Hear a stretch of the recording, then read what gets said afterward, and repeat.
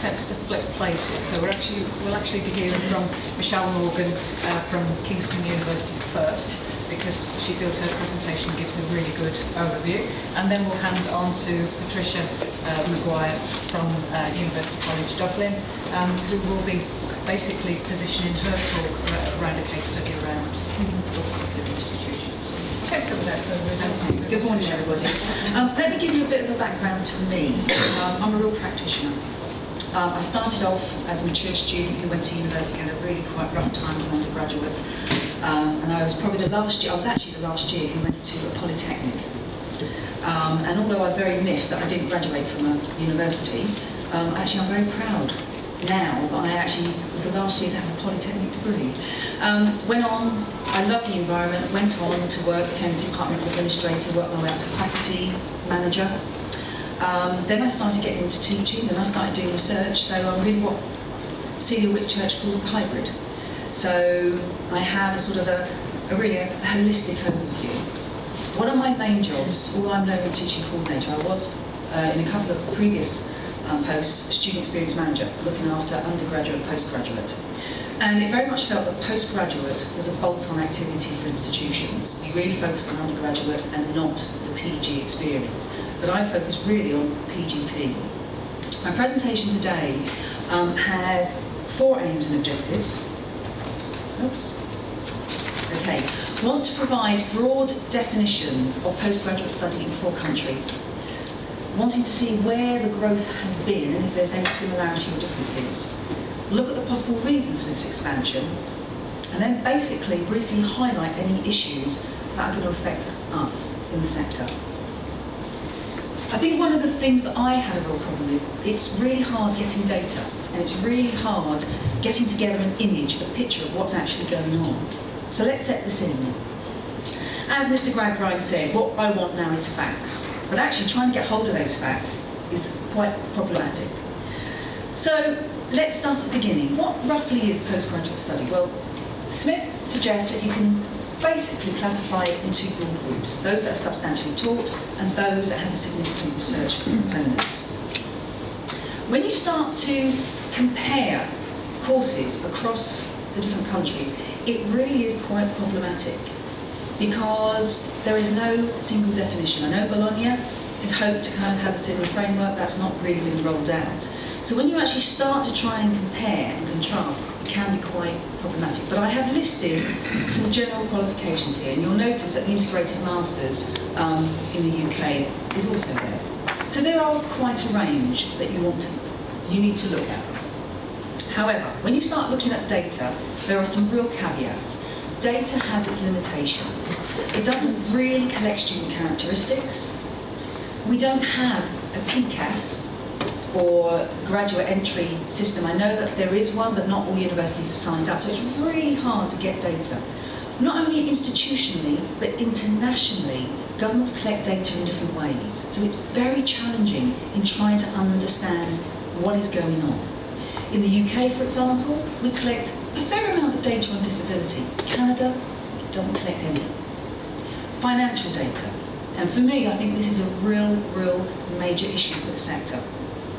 We don't know how students fund their courses.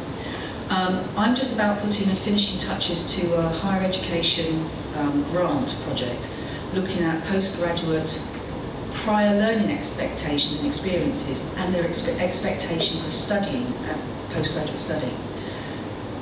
I suppose I wasn't genuinely shocked, but I was. When I looked at how the students were funding, 48% of the sample were having their studies funded by parents,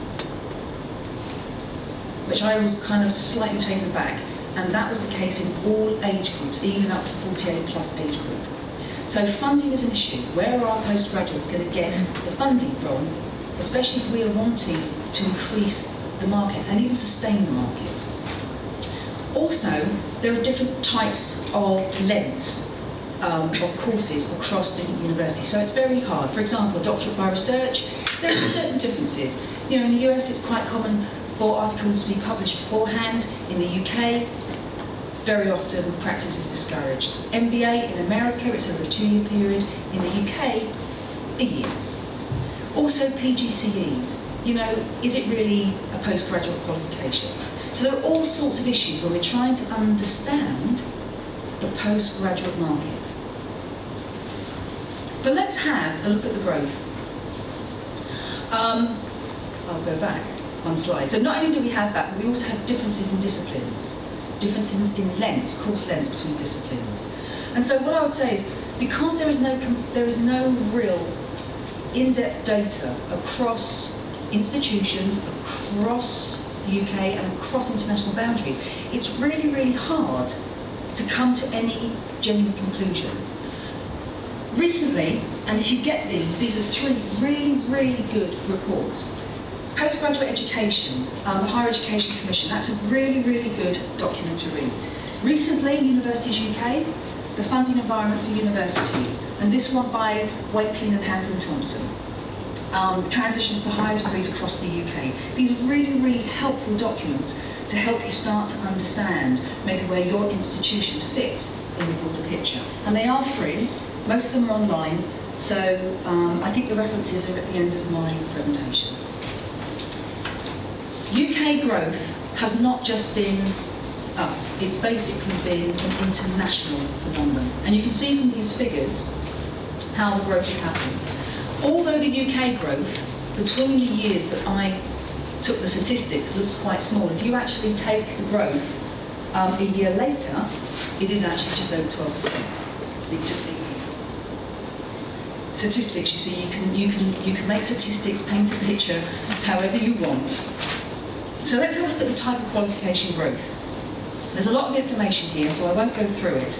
But if you actually look at how the statistics are collected, as in other higher degrees, you can see the definition of what the higher other degrees contains. And it does contain masters in teaching and research degrees. But what I would say is, traditionally, research degrees is quite small as part of that. But you can see that in the UK, other higher degrees has very much grown, or what I would, let's call taught. What is also very noticeable is it appears to have been at the expense of other postgraduate qualifications. So if we look at the conferment statistics, again, I'm not going to look at these in too greater detail, you can see that masters and masters by coursework, taught degrees, where that detailed information is available, it's where the growth has happened. Okay?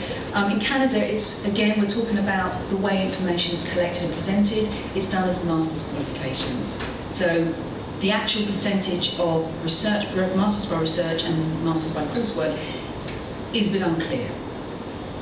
So it appears that it is the taught postgraduate qualification that has been increasing. Let's look at gender differences. In Australia and Canada, there weren't really gender differences within the subjects and the data that was available to look at. But what you can see here, if you actually look between male and females, in both sexes, again, the taught is the most popular. What's very noticeable is that for females, there is a higher prevalence of them participating in other postgraduate qualifications.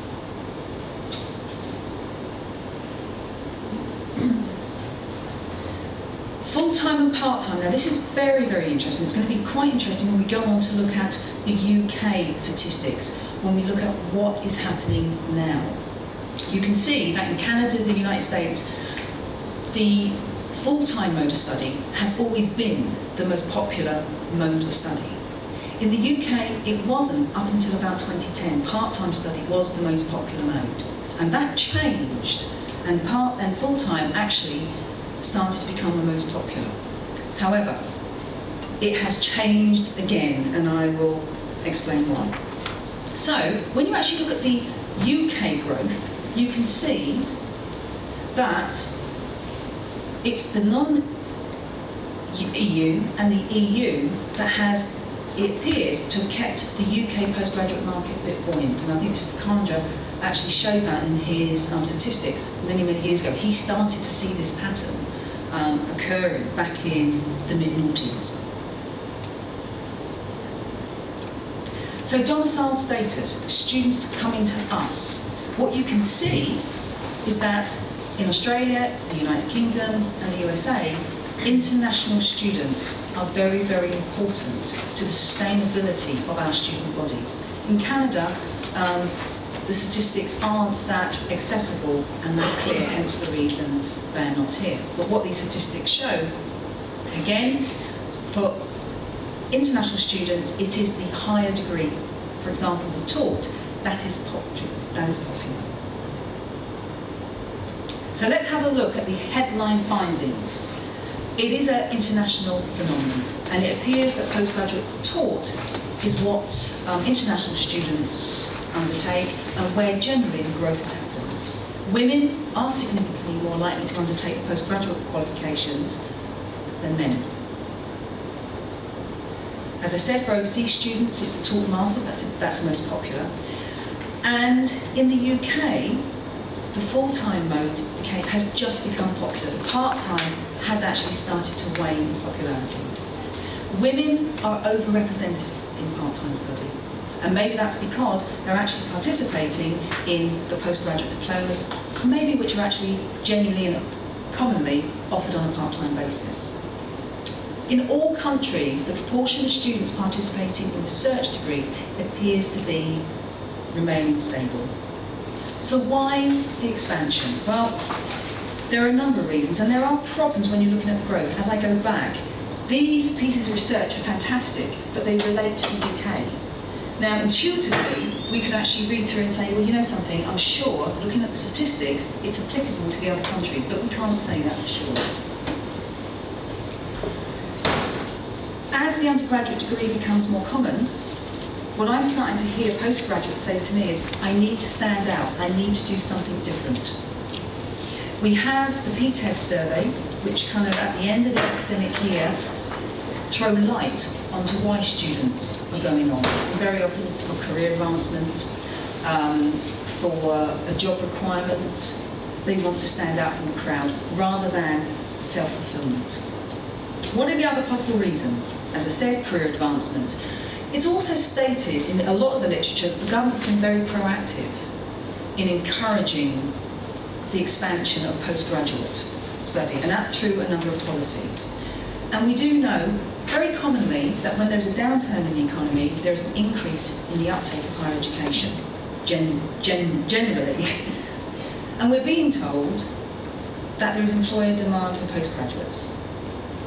Is this the case, or are employers just seeing that they've got a greater pool from which to recruit higher qualified students? Is it just a bonus for them, or are they genuinely wanting postgraduate qualified students?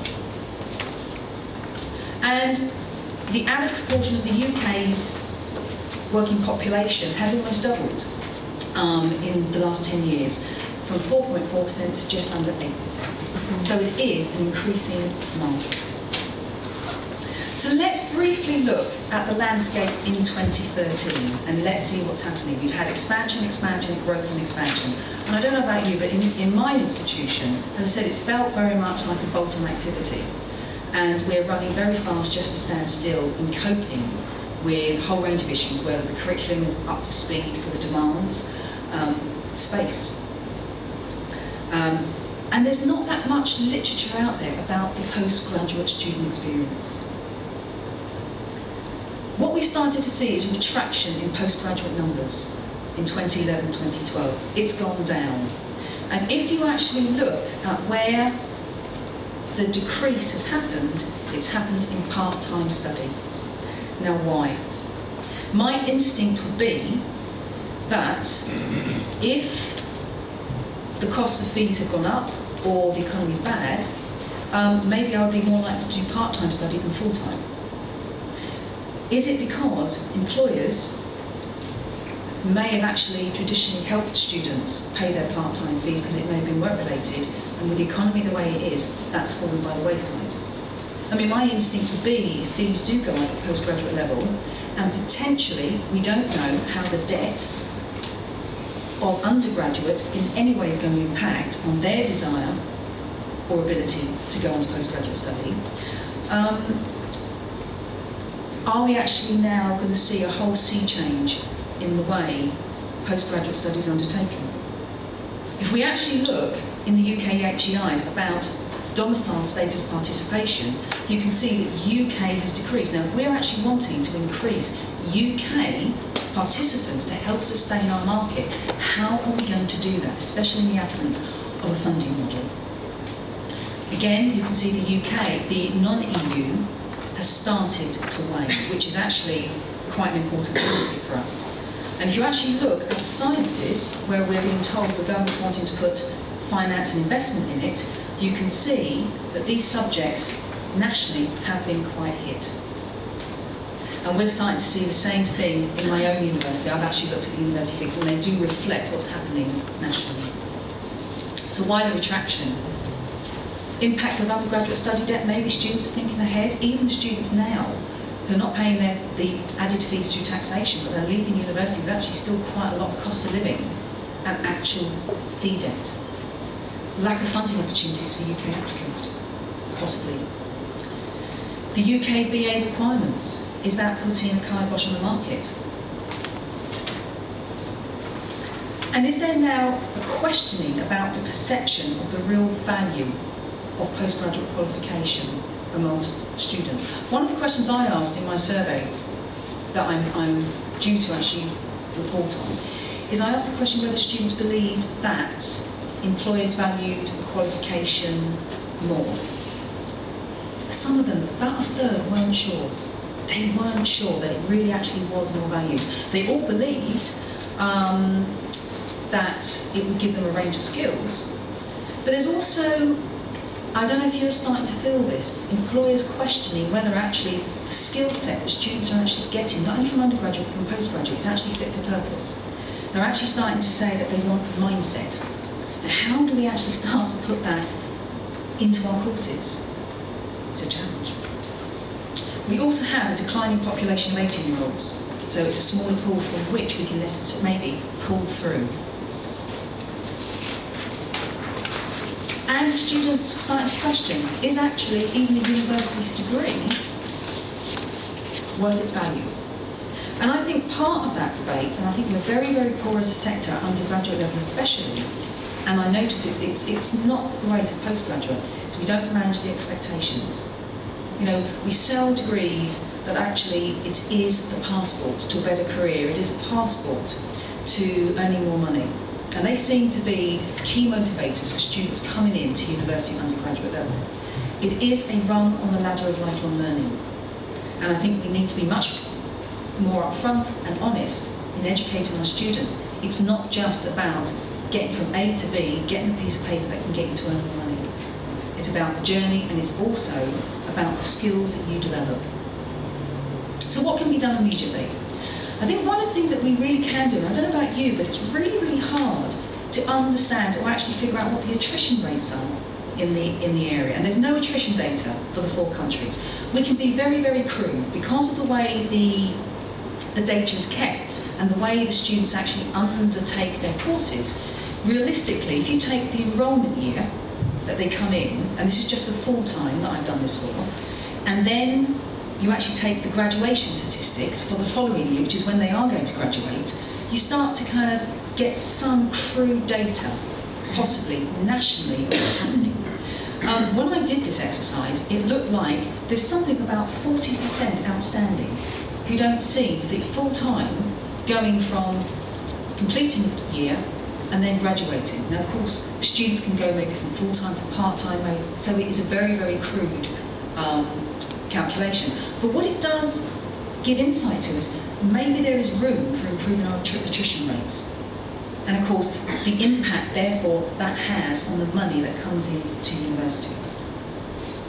When I actually looked at this at domicile status, you will notice that in 2008-9, for those and the awards made in 2009-10, the figures amongst the different domicile groups are quite similar. However, the following year, and maybe, I don't know if it's got something to do with the visa requirements, I'm not sure, you'll notice that EU and non-EU, the figures were less. There were less students who hadn't completed, it appears.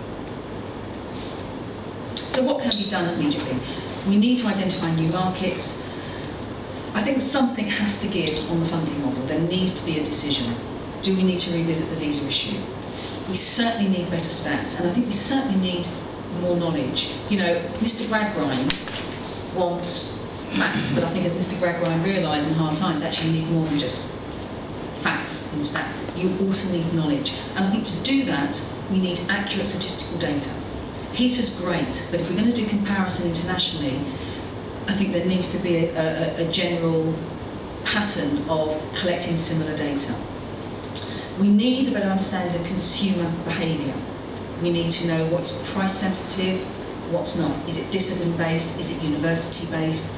What is going on? We don't know about the impact of debt. There was a study that I was involved in, barriers to postgraduate study, that Mary Stewart and myself undertook back, I think we published a report in 2008. And basically what we did know is amongst those students, we interviewed and surveyed 1,000 students from 2 post-92 universities. And what I could say was debt and the cost of fees at postgraduate was a real barrier to going on to postgraduate study. And we need to have a better analysis of expectations and experiences. The piece of research that I'm due to publish, I will send it to the organisers and they can circulate it if they wish. It really is quite interesting in sort of highlighting differences and attitudes between genders, domicile groups, different ethnic groups. So we do need more information, I think, to actually add to that discussion. So there are a whole range of different areas, and some of them are listed here, that I think research needs to be undertaken. I'm not sure we have the luxury of just being able to sit on our laurels and just do research and see what comes out. I don't know in your institution, but there seems to be an awful lot of pressure to actually do something now and make a difference. And I think very much this links into Patricia's presentation, which very much sort of takes the general broad issues that I've highlighted at more a micro level. So thank you for listening. At the end, you do have all the references that I referred to. Okay, thank you.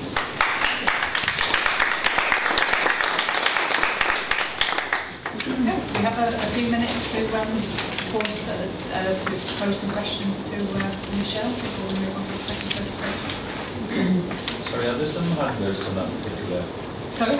Are there any handouts on that particular? Yes, there was some going around, but maybe some spares. And can I just say, if there aren't any, I can get a copy too. on the very last slide, you will see a website called www.improvementstudentexperience.com. When I wrote my first book, rather than dump all the literature and information, references and websites, I thought myself I needed to save my hard disk. I shoved everything onto the website. It sort of kind of grew from there. It's a free portal. There's a whole load of postgrad and undergraduate information on there. All right. If there's any booklets, and these are all available on here as well. If there's any information that you have that you think you would like to share, please email it to me, and I will put it on the website as a resource. So we don't have print out all those pages of references? You don't? No, we've got everything else, but not the references. Oh, how strange. Well, you do. I sent you the presentation electronically. I apologise for that. How strange. We will put it right in the basically it goes out on the website. Yes. So why do you think the sciences have been particularly hard hit? I think one of the reasons is that traditional markets such as India, they've really been hard hit. Now, whether or not that's just down to the visa or not, I'm not sure. Speaking to my students, it appears quite fickle. One student, again, it's anecdotal. One of my students who I interviewed for the report in the focus group was talking about how in certain cultures, such as India, students are very much led by what's happening. They've got, I think it's Sri Lanka actually it happens in, they've got a government minister who's very young, who's just gone and done an English degree in law in the UK. And there is like this mass increase in students wanting to do law in the UK from his country. So I think there's all sorts of reasons. I mean, what I would have been interested to see is if, say, for example, Australia, that appears to have quite a similar setup situation to us, who do seem to follow our patterns more than Canada and Australia, if they're having the same problem. But it's getting access to comparable data that's the real problem. I did notice there's also the dates seem to be, the latest figures we've been able to gather was 2011, and of course the big UKVA changes to post-study work visas and so what's happened since that date, and I would be very interested to see comparative, I Yes. think that's because of gathering comparative figures with Canada, USA and Australia, because again anecdotally some applicants have said they are more welcome.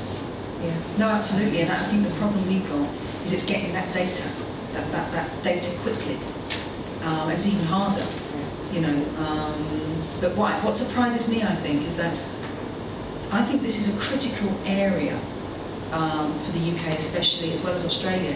And I would have hoped that government agencies would have really been spitting out the statistics much more quickly for us to really chop and analyse. But I absolutely agree with you. It'd be worrying, I think, to actually look at those. I think we have a sense of foreboding, but we know what those statistics are going to show. Really, I think that's the really depressing thing.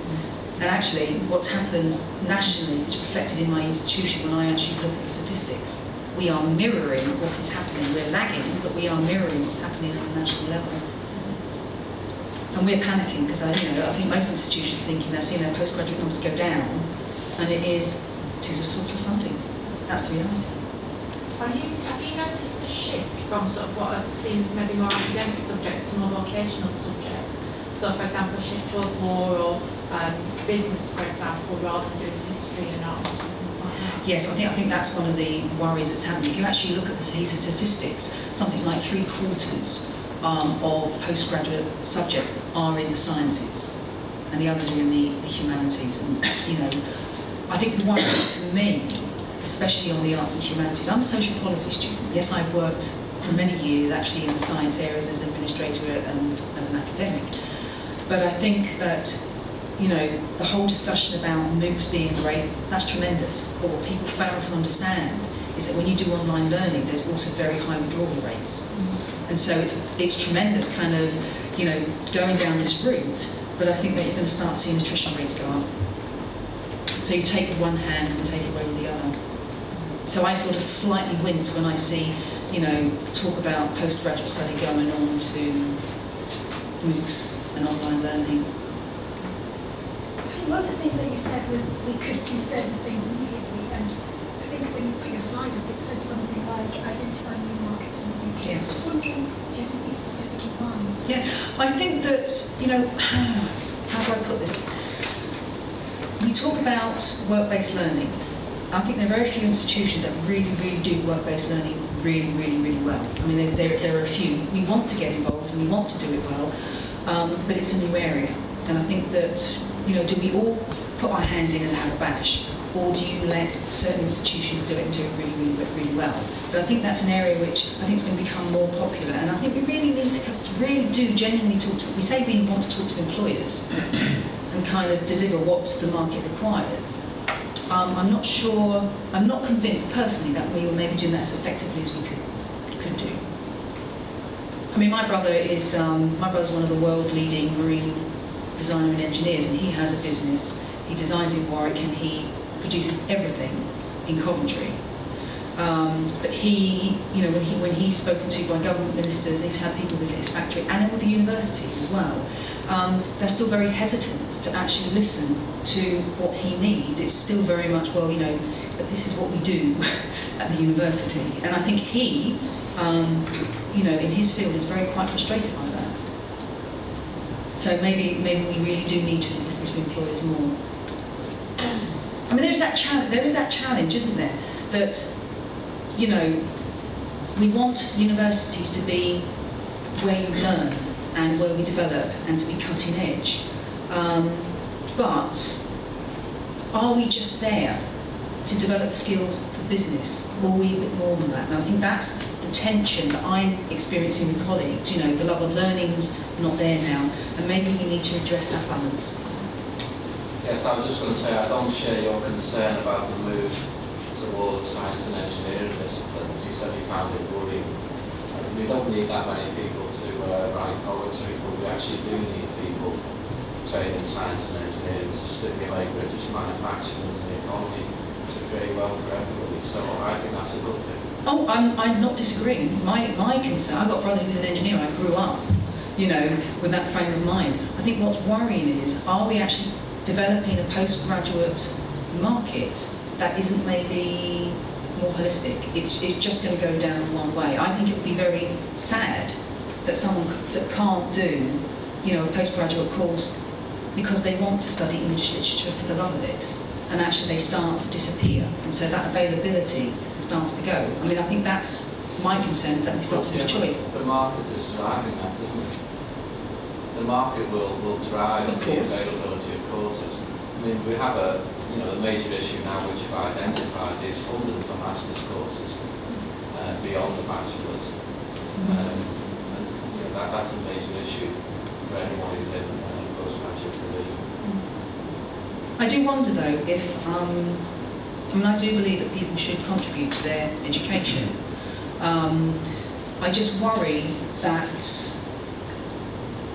because the perception is you do a course to get a better job and to make more money, will impact on attitude, and that will drive the market.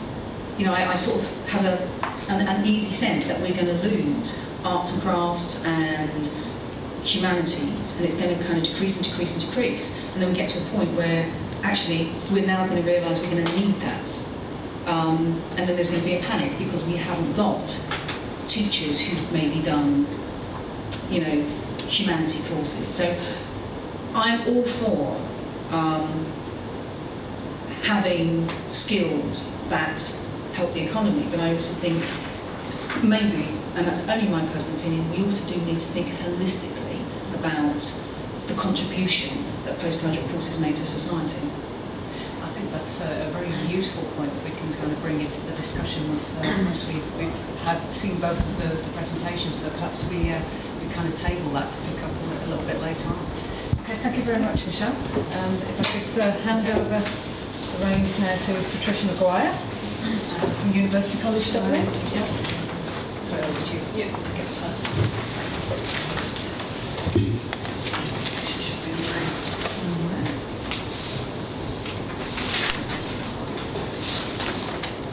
There we go.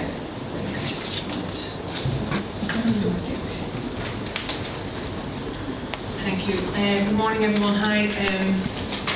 Thanks very much, Michelle.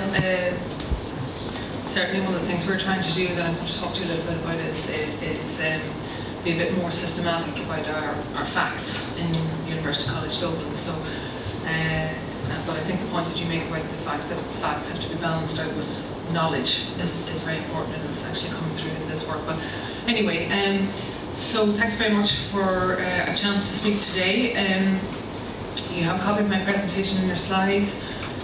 What I'm going to talk about is an initiative that I'm responsible for at the moment at University College Dublin, and it's around how the university could actually put a business process, if we want to use that phrase, in place. Sorry, do you mind just pass me that water? Yeah. Otherwise I'm going to be coughing and spluttering for the next little while.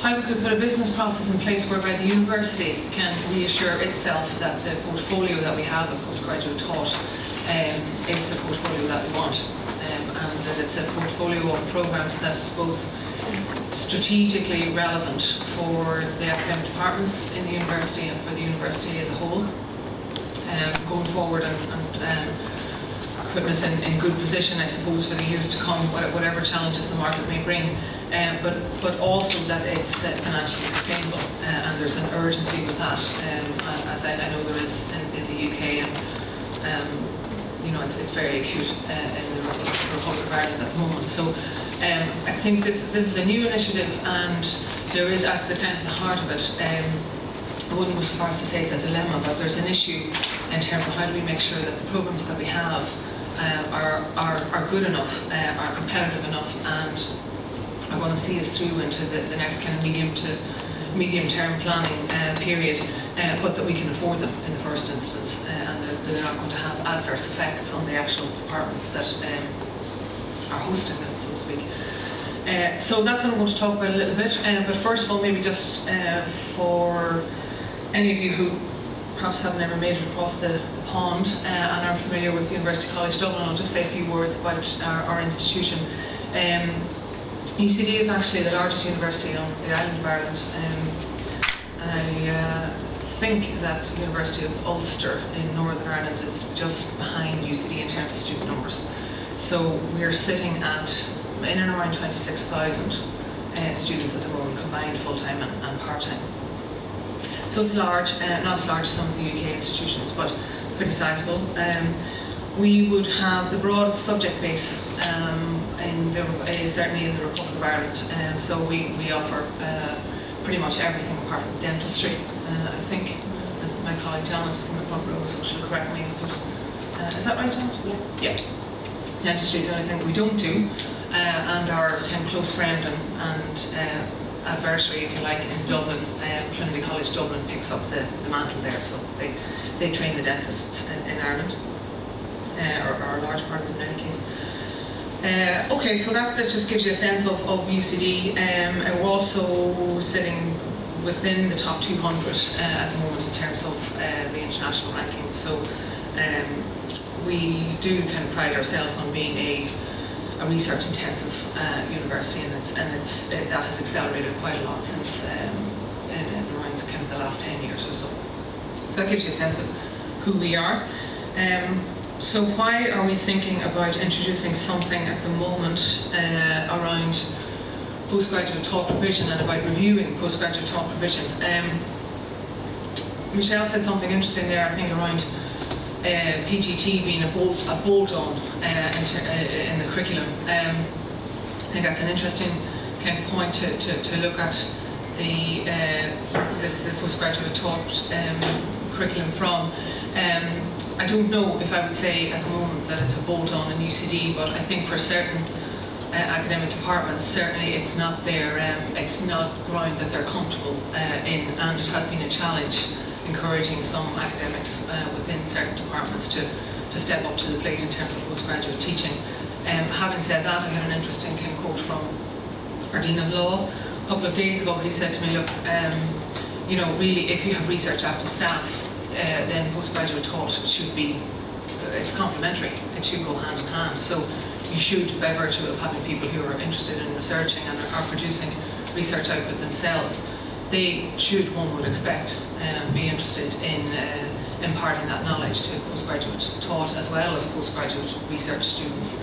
Because obviously postgraduate taught, and at the end of their year or 2 years or whatever, they're undertaking their first kind of their first foray, if you like, into doing a thesis or a dissertation. So it gives them a taste for getting into their own kind of personal research, and it's a feeder then through to doctoral study. So his view was, you know, the university should be incentivising its research active staff to teach postgraduate taught students, so there shouldn't be a conflict there. But nonetheless, for some departments, it has been a challenge. So why are we? What's the context really for postgraduate taught review at UCD? Well, we're coming to the close actually of our current strategic plan period. We started, we created a plan for 2009 to 14, and two of the key targets within that plan were to expand graduate student numbers to a third of the student body, and international students to expand that to 25% of the student body. Now, that period also, of course, as people will be aware, coincides with a period of really quite severe national economic decline in Ireland. So we've had consecutive cuts to state funding for third level education, and it looks like that's going to continue for the kind of the next couple of years anyway, at least. And this has created a further incentive, and what I mean by a further incentive is that over and above our own strategic plan, where we did highlight ourselves that we wanted to get into the postgraduate teaching market, if you like, in a more systematic and a more planned way.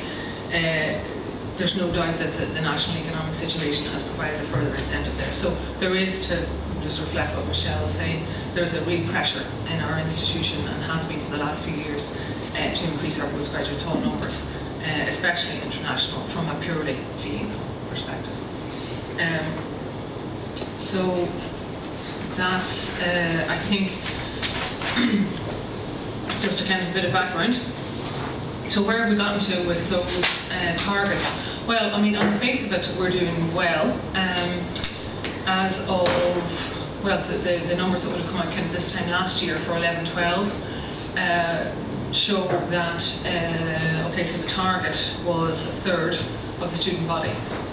Sorry, I'm all over the place. Yeah, a third of the student body, and we've reached, as of last year, we reached 29% of the student population, postgraduate taught and postgraduate research.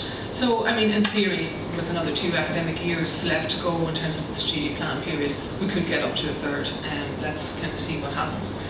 And almost 3/4 of that 29% is postgraduate taught students. So we're doing well on the face of it. International students, by which I mean kind of non-Irish domicile, are 20.5% of the student population as of this time last year. Quite a low percentage of those being PGT, which actually surprised me when I looked at those figures.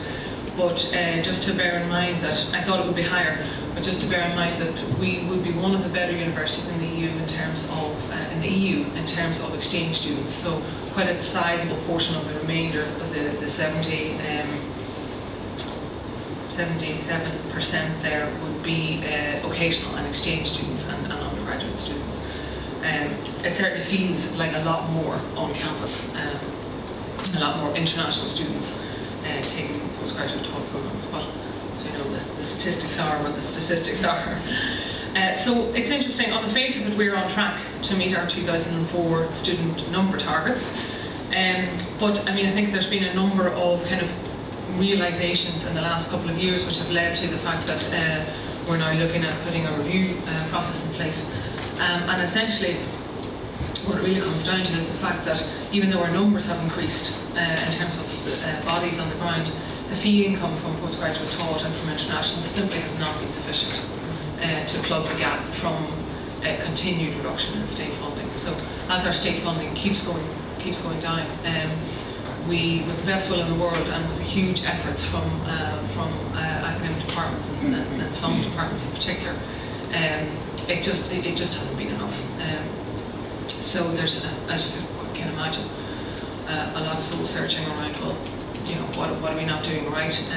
Is it simply the market, or is it our own approach that's problematic here? So there's been that realisation. And I think the reduction in state funding, as well as a continued constraint around headcount numbers imposed at government level in terms of academic staff and administrative and technical staff, all staff, we're, I think, into our 3rd or 4th year of headcount restrictions. We have another 70-something staff to lose by Christmas this year. We'll have to see how that goes.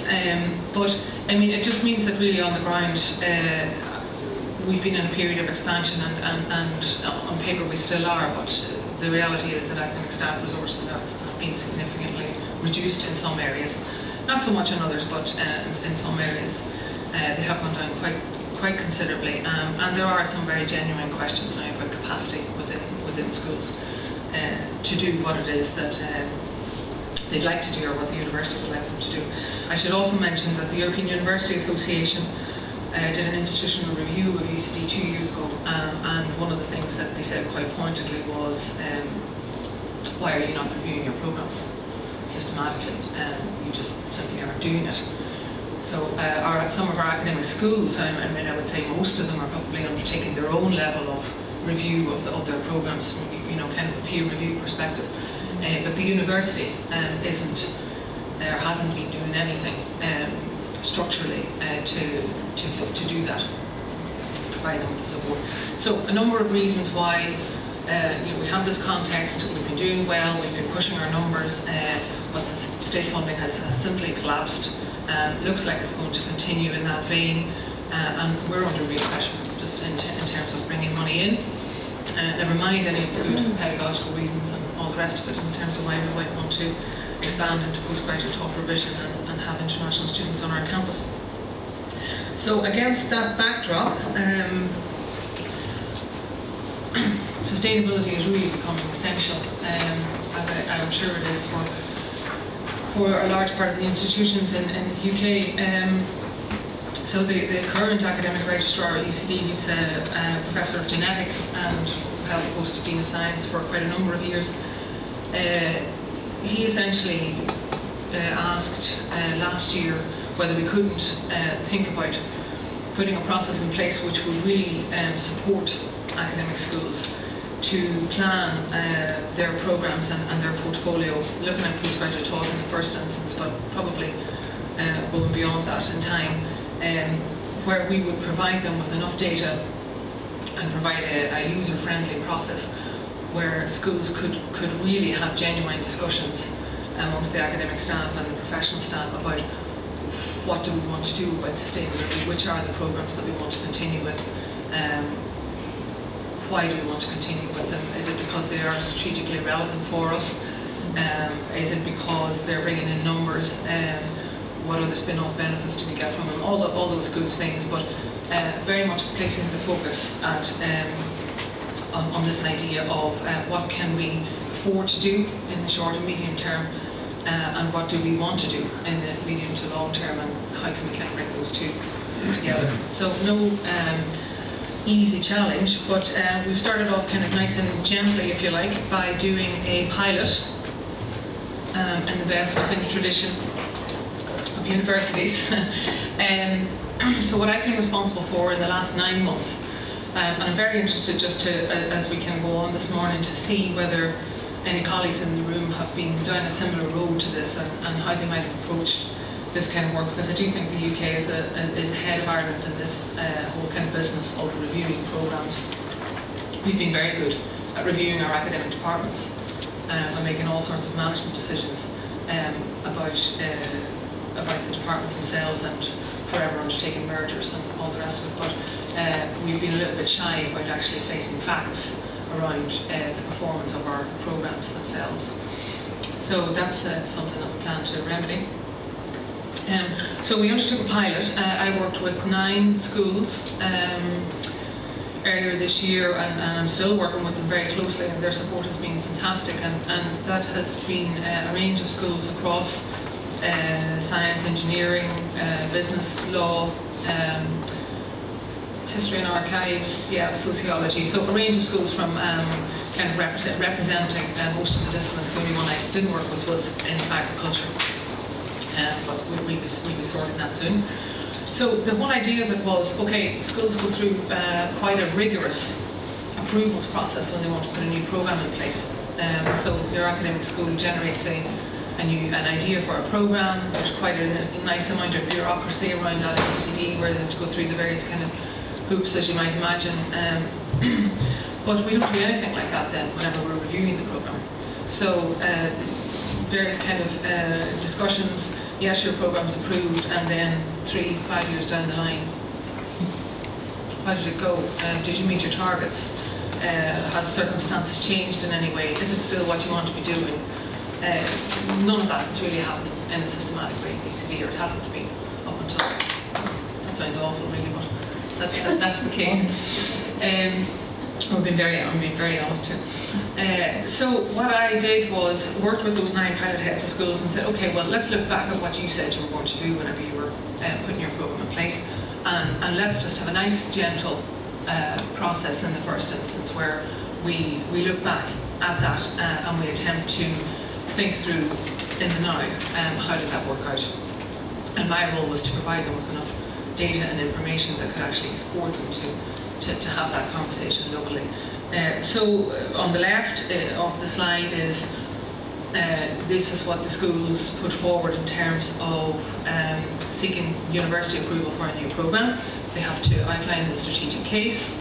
They have to make some attempt at identifying what the market's going to be and the demand, how the programme fits with school plans and university objectives, where they think the national and international competition is going to come from. So, stuff that you would expect.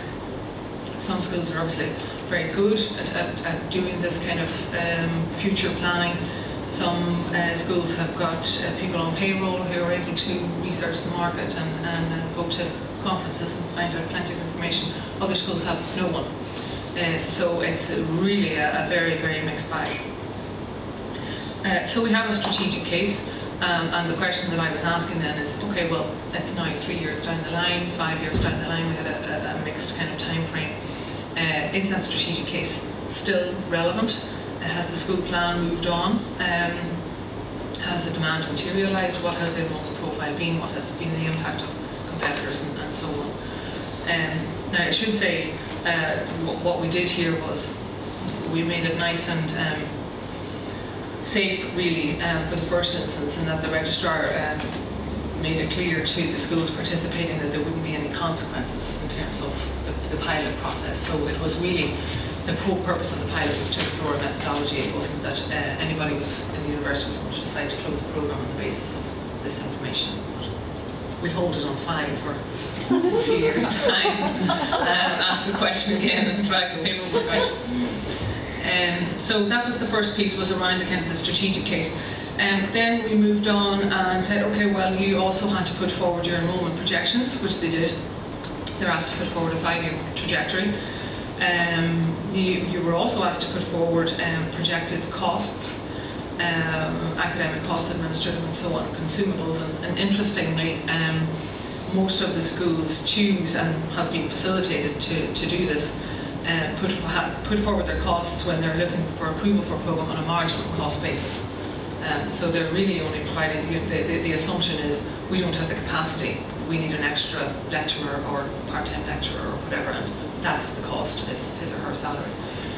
So that's what has been happening, not for all programmes, but for most.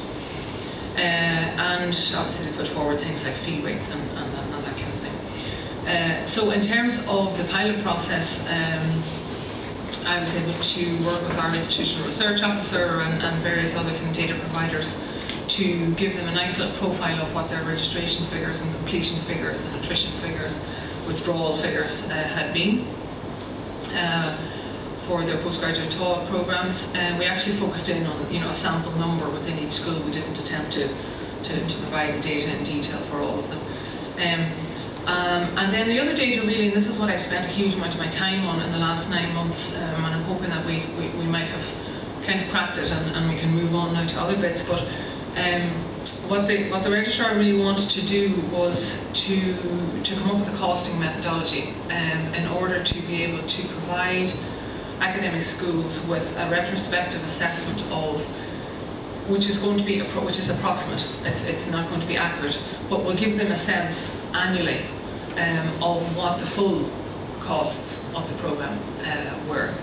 So I stress kind of the full costs as opposed to the marginal costs. So I'll talk a little bit more in detail about that just in a second. So we've come up with a methodology. Our VP Finance is broadly happy with it. So it's going to be implemented now for purposes of review. So that'll be the first time in UCD that academic schools are actually going to be able to look and see through a kind of annual systematically produced data set, simply what was the cost of the programme last year and what did we get in terms of fee income. So that should open the doors in and of itself to some interesting conversations, which we haven't had up until now. Okay. So just about that costing methodology, I don't know if anybody in the room is familiar with kind of costing exercises. I know certainly again the UK is really streets ahead of the Irish higher education sector in that you've been grappling with full economic costing and these kind of issues for quite a long time.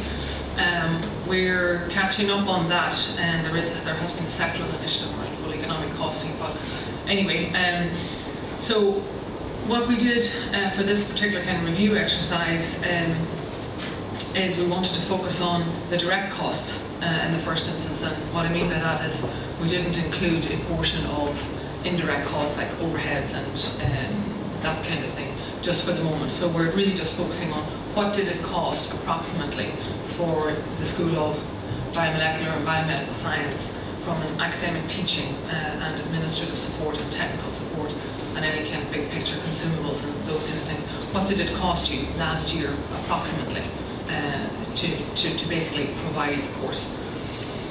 So the way that we have done this, without getting into a huge amount of detail, but we've been living in the world of averages for the last 6 to 9 months. And that was really very deliberate. The current registrar, one of the first things he said to me was, I am not going down the road of the MSc in Sustainable Energy. Professor X spent 20% of his time, Dr. Y 10% of her time. Let's add it all up together and see what that cost. And add in a bit for this, that and the other. We're not going to do that. That might be very desirable in that it will give us a better sense of the accurate cost, but it's not something that we could do systematically with any level of kind of robust quality control, really. And the other thing that I think he was a little bit anxious about is that if you do that, the university is starting to draw attention to the fact that the cost of Professor X is X, and so why don't we just get him out of that programme and replace it with Dr. Y, it's much cheaper. You know, his view was, look, from a kind of I have to stand over the academic portfolio here, we can't go down that road. We can't allow schools, we can't provide them with a data set where we can facilitate them to make that kind of decision. They will know themselves, it's the local knowledge. They will know who is teaching on individual programs and who is teaching on individual modules. I don't need to remind them of that. What we're aiming to do here is to provide an approximate cost using a calculation, a value which we've come up with, which is an average schooler, you might call them academic departments, it depends, an average school academic cost to deliver a credit. So in UCD we use the ECTS credit system, as I'm sure you all do at the moment or are on the way to using. So we've been doing that now for quite some time. So we've been able to calculate like a fundamental, the cost of producing or delivering a credit of teaching and research supervision in the School of Biomolecular and Biomedical Science is €2,000. Therefore, the average cost of delivering a 5-credit module, your standard module in that school, is 5 times 2. It costs the school 10,000. So that's a nice little piece of data to be able to start producing for schools on an annual basis. So we've used that as a key currency, if you like, and then we're looking at individual postgraduate taught majors and saying, okay, well, if the basic kind of core cost to deliver a credit in that school, to do anything really from a teaching perspective in that school is X, how many of the X's do we need for this particular programme? It's not just quite as crude as that, but that's the basic kind of calculation. So then we add on, so that's our academic cost, approximate based on averages within the school. Then we add on a portion of school admin and technical cost to each major. A very simple calculation, we just say, okay, how many students are there in this particular programme, how many students are there in the whole department, so what is one as a proportion of the other. Let's just split the school admin pay bill and technical pay bill along that basis. So again, I mean, you get the feel for it. It's very much indicative cost using a set of average values coming from each school, and any significant non-pay costs, like big new lab investments or anything like that.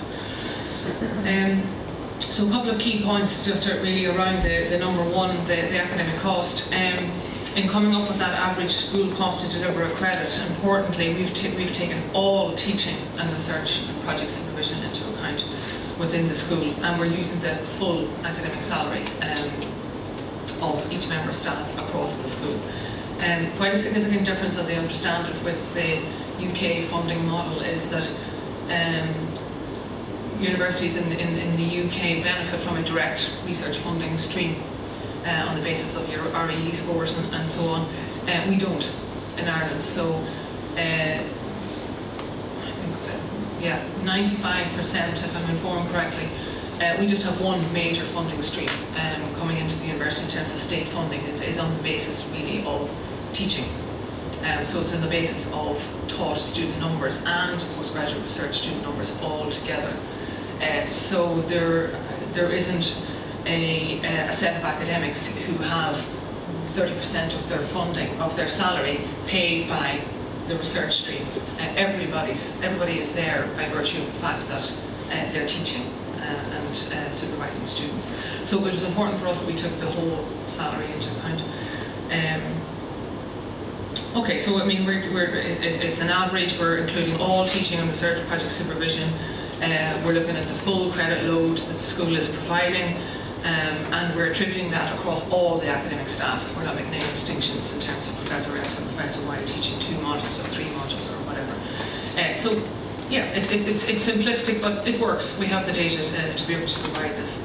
The next point then is critical, and this is where credibility and buy-in is really important. So we're trying to get a sense of all of the teaching and research supervision that the school is providing, and a sense for really what is the academic time and cost that's put into all of that activity. So we would have a fair idea from our curriculum management systems of the kind of key scheduled workload hours, if you like, numbers of lectures, tutorials, all that kind of thing. So from that we can make reasonable assumptions around the amount of time that academics are spending in the classroom, in tutorials, in seminars, and all of that kind of scheduled student workload and academic workload. What we don't know, of course, is how much time on average academic members of staff are spending assessing students, supporting students, answering emails, that kind of thing, doing all the administrative work that comes with simply just running the module. So in attempting to build up a picture of in School X, what is the kind of the average cost per credit, we had to get a sense of, well, how many credits are there and what is all of the activity. So what I've had to do is agree with the pilot schools a number of assumptions. So the second last bullet point there, use a number of assumptions around academic time to develop deliver key aspects of modules like assessing students. And it's been surprisingly, I wouldn't say easy, but it hasn't been as difficult as what I thought it would be to actually extract from heads of schools, from those departments, an average in terms of time that an average academic would spend assessing a postgraduate taught student. So we've been able to get those figures, and what we're in the middle of now is kind of putting those forward on a university-wide basis across the disciplines and seeing if we can get buy-in. Right? So the question is, are these reasonable? We're not after accuracy, but we want to get a sense of, is it reasonable to say that in the science, engineering, health sciences disciplines, that an average academic would spend 2 hours a week supervising a postgraduate taught student, or 3 hours a week with a research doctoral student, or whatever. So that's what we're in the middle of at the moment, but it has worked for the pilot schools. And we also were able to make some adjustments around something which is very important when you're talking about costs of programs, and that's the degree to which, and sustainability, and it's the degree to which module sharing is going on. What I mean by that is, you'll be familiar that every school or academic department has a stock of modules, and obviously every new program that comes along isn't necessarily creating a whole suite of new modules. So many of our programs are simply a shell or a package, and the bit in the middle is the modules that have existed already. So there's a huge amount of module sharing going on, but what has been very interesting is I've been able to make an adjustment for that in the costing calculation, so that you can actually see the impact of not doing that. So if a school comes along and says, we have this program, nobody else could possibly take these modules, they have to be exclusively for this particular cohort of students. That in general is a very expensive proposition for any program, and the pressure then goes up that that school really needs to be very confident that they're going to be able to bring in enough students to cover that cost. So being able to provide the data, as Michelle was saying, and provide the facts to the school on an annual basis is the goal here, so that over time they can start to really get to grips with where their costs are. So there are some key issues, as I was saying. So the objective is to use costs based on averages, the average load. This will facilitate an annual kind of systematic generation of costs, which should be able to support schools in their planning, thinking about sustainability. But it does, it creates a limitation in terms of the accuracy of individual programme costs, and you are then dependent on the school to do the due diligence and be able to, when they're reviewing the programme, take this data set, understand it for what it is, that it's an indicative set of costs, and apply the local knowledge, and to do that in the right spirit, let's say, and interact with the university on that basis. A lot of the heads of schools were saying to me that it's fine to just data like this for our postgraduate taught programmes, but because it's based on averages and you've taken all of the teaching load into account, you really need to provide this across all our programmes now. Our undergraduate programmes, our postgraduate taught, our postgraduate research. We need to see the full portfolio and the costs spread across all of them in order to make any sense of an individual piece. So, okay, we'll go there when we can go there. And again, as I was saying, local knowledge is an important input. So I mean, I suppose what I mean to say when I'm saying buy-in is that we've got to take account of the fact that immediately academic colleagues are coming back with, but this isn't accurate. You're going to have to give me all of the data, and anyway, we know the situation on the ground, and this is very much an average. So you're getting that kind of feedback immediately, and it's to be expected. So in the design of the actual review process, we're going to have to make sure that people can be reassured that we're aware of the limitations of the model. Okay, I'll pass on the last one. So just to close, let's see. Okay. So I've talked a bit about the context and why we're doing it, and what kind of pieces we want schools to cover in terms of thinking about the sustainability of their programme and kind of judging where they've gotten to after a period of actually running the programme compared to what they said they were going to do. But I think there is a couple of fundamental issues that we have yet to think about and tackle properly in terms of this process, and I'd be very interested in any views that you have or any experience that anybody has in the room.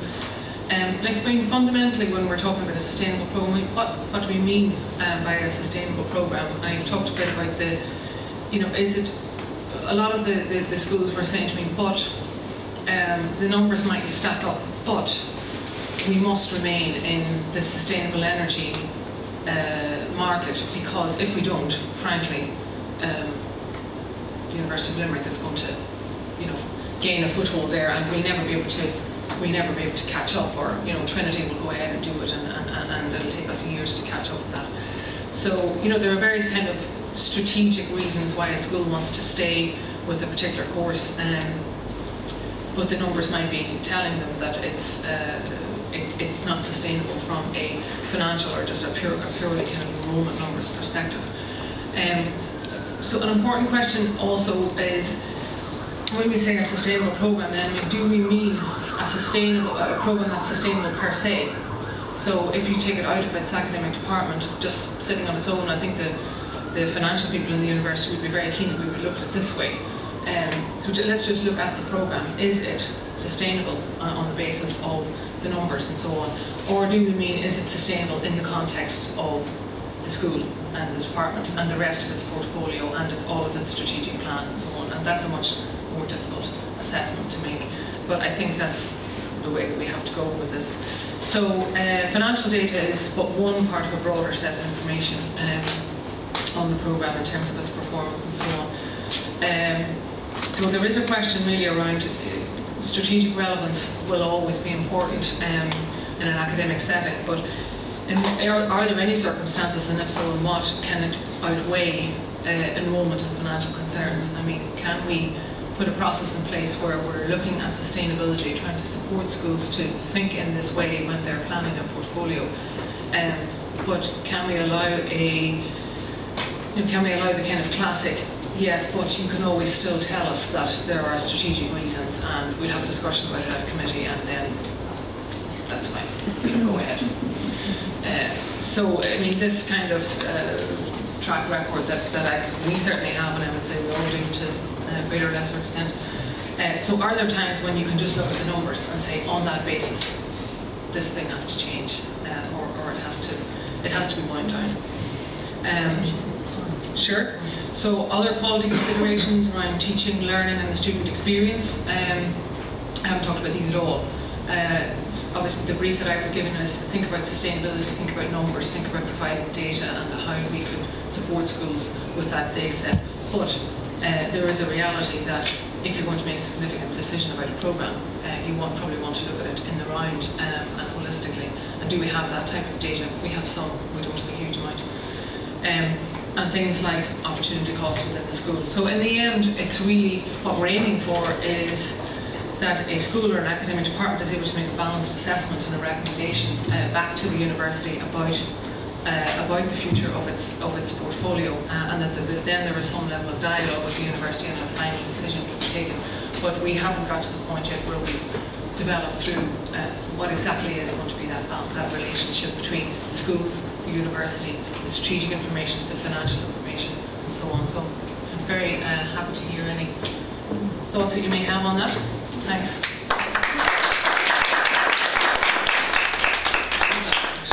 Just take a couple of quick questions. Yeah. Sure. I was disconcerted by what you said about the funding of UCD. The title of the conference is PGT in a research-intensive environment. Would you describe UCG as a research-intensive environment in the context that none of an academic's time or funding is derived from that activity? Yeah, there is this very small portion, actually, sorry, I should have, I think it's 5% of the overall funding pie, let's say, it's supposed to reflect research output from the university, so it's very minor. Would I describe it as a research-intensive university? We say we are. We're within the top 200 in terms of the rankings. It's very hard to say because we don't have an REE, we don't have anything comparable.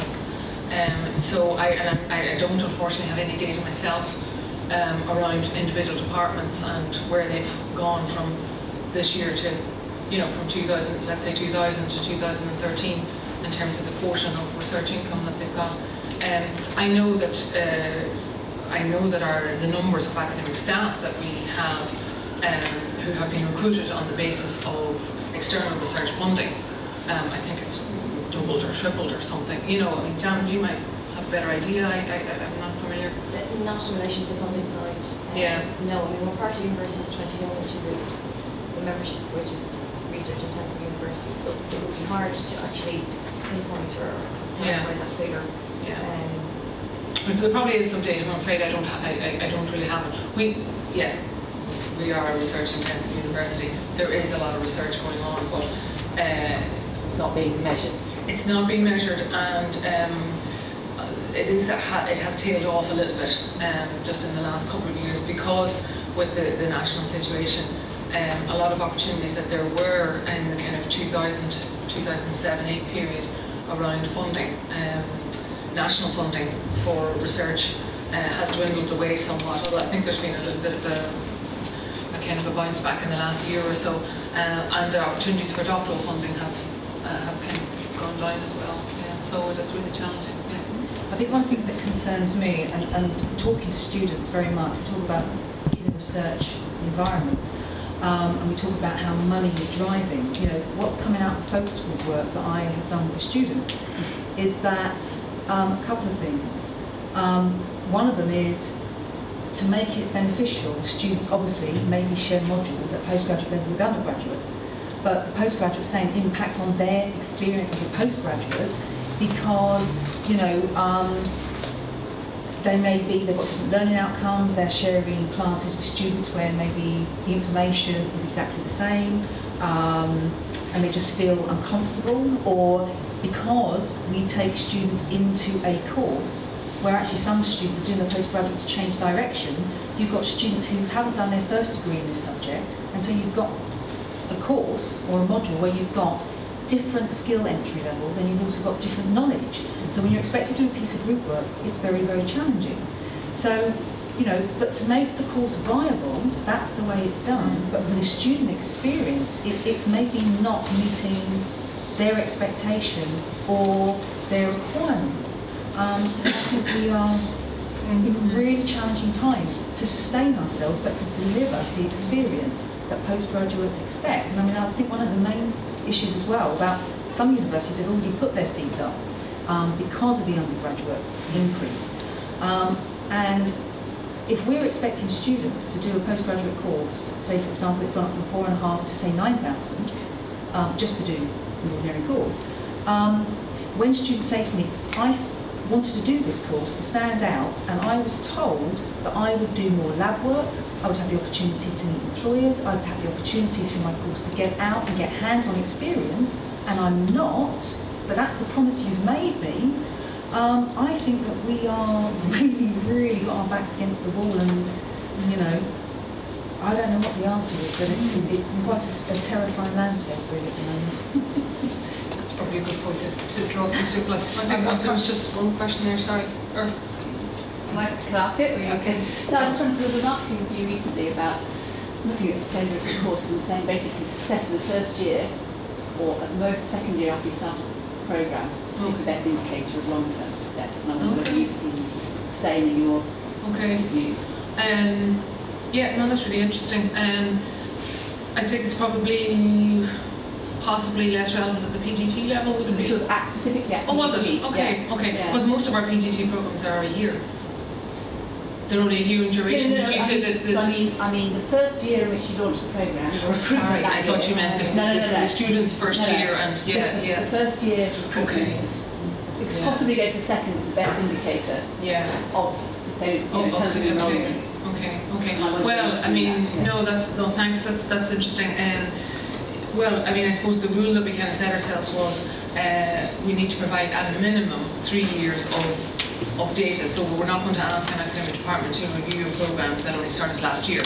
We didn't want to do that. There's kind of set up and get going and all the rest of it. That's very interesting. I mean, I'd like to kind of maybe see that study. I mean, one of the things though that one of the engineering colleagues had said to me the other day, which I thought was interesting too, is but these things kind of are cyclical.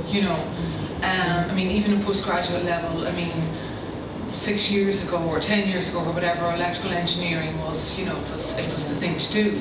Then it had dropped off, and now all of a sudden it's really sexy again. So, we can't, we need to just put our programs in cold storage and then bring them out and give them a little kind of, decorate them a little bit and put them back out there again. So I think, for a whole host of complex reasons, people are loath to say, look, this didn't work. Let's do something else. Let's just leave it over here for the moment, but we might still do it. But the problem is that they are then starting other things in the meantime. So, and if they resuscitate that course the following year, do you drop the other one? So it becomes a question of capacity, really. Then in the end, I think, Sorry, I came in a bit late to the beginning of your talk, so I might have missed this, but I sort of got the impression that you were aggressively going into a non-Irish market to try and fill your course numbers up to make a replacement financial model. Is that right? Was that sort of what you were saying earlier? We've certainly gone after the international market, big time, but very much the domestic market too, at the postgraduate taught level, Right, so your international market includes your European students or EU students and non-EU students.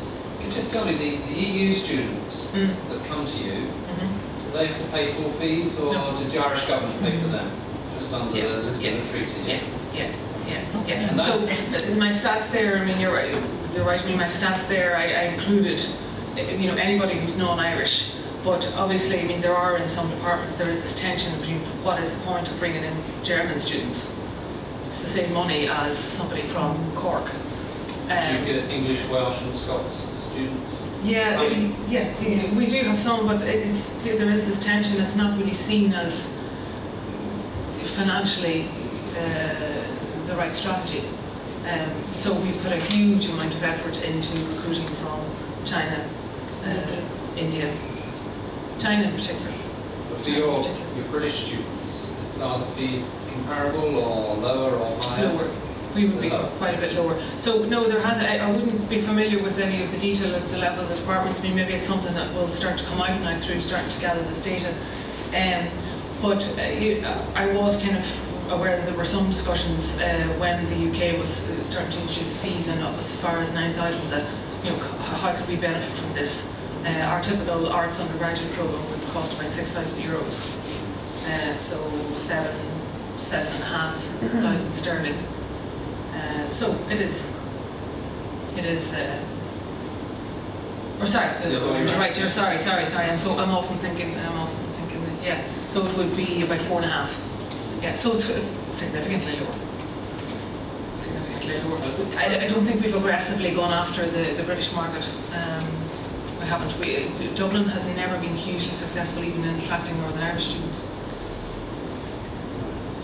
Just to reiterate the importance of the graduate talk portfolio, or the focus on it in UCD at the moment, as well as Patricia's side of the house, which is looking at financial sustainability. The registrar has implemented a task force with subgroups to look at various aspects of the portfolio development, such as alternative models, removal of the research element, looking at job placements, looking at module usage across the portfolio, even looking at the titles that are used between one department and another who are running similar programs. So there's quite an aggressive examination of how our portfolio looks, clustering the programs under themes as opposed to from a college.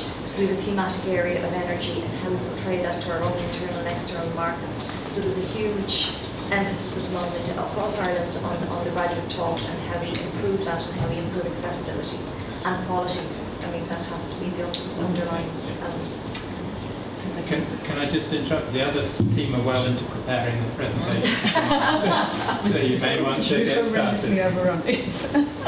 What they've decided to do is to elect one person to give the presentation. So someone's got responsibility. Now they're identifying themes, key themes that come up from the two presentations. Now you may want to do it that way, you may choose a very different way. It's entirely up to you. This is your chance to speak. So the group had a comfort break because these guys have wanted. Yeah. Yes. Okay. Yeah, that would be sensible actually. Just a very short comfort break, and they will come back and bring your coffee back. See what you want. Yeah, bring your coffees back in here if you want. Thank you. Thanks very much.